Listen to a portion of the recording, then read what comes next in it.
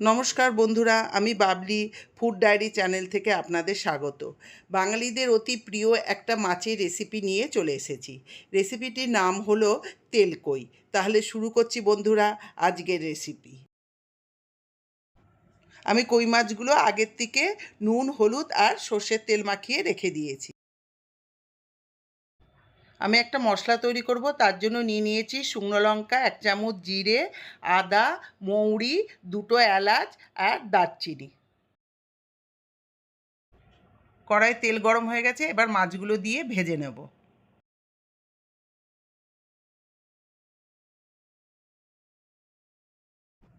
এবার মাছগুলো ভাজা হয়ে গেছে, আমি এক এক করে সব মাছগুলো তুলে নেব। মাছ ভাজার তেলে আমি কালো জিরে ফোড়ন দিয়ে দেবো। আমি আগের থেকে পেঁয়াজ বেটে রেখেছিলাম, সেটা দিয়ে দিলাম। এবার পেঁয়াজটা ভালো করে নেড়ে নিলাম। পেঁয়াজের কাঁচা গন্ধটা চলে গেলে 1 চামচ হলুদ গুঁড়ো আর 1 চামচ কাশ্মীরি লঙ্কা গুঁড়ো দিয়ে দিলাম। যে গোটা মশলাটা আমি দেখেছিলাম, সেই গোটা মশলাটা বেটে আমি কড়াইতে দিয়ে দিলাম। আমি আগের থেকে টমেটো বেটে রেখেছিলাম, সেটাও দিয়ে দিলাম। সামান্য পরিমাণ একটু চিনি দিয়ে দিলাম। এরপরে চেরা কাঁচা লঙ্কা দিয়ে দিলাম।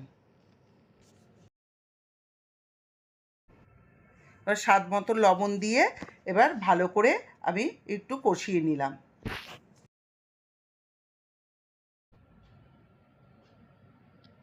এবার কিছুটা পরিমাণ কাঁচা সর্ষের তেল দিয়ে দিলাম, দিয়ে একটু ভালো করে নাড়িয়ে নিলাম।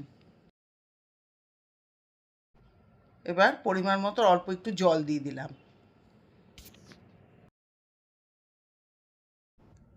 যে কই মাছগুলো আমি ভেজে রেখেছিলাম সেগুলো সব দিয়ে দিলাম।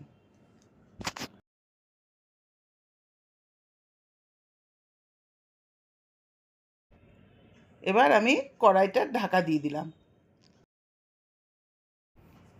10 মিনিট পর ঢাকনাটা খুললাম। খোলার পরে একটু নাড়িয়ে নিলাম। দেখুন বন্ধুরা, কি সুন্দর কালার এসেছে। তৈরি হয়ে গেল আমার বাঙালির একটা প্রিয় মাছের রেসিপি তেলকই। আপনাদের যদি তেলকই রেসিপিটি ভালো লেগে থাকে তাহলে অবশ্যই লাইক, শেয়ার এবং কমেন্ট করবেন।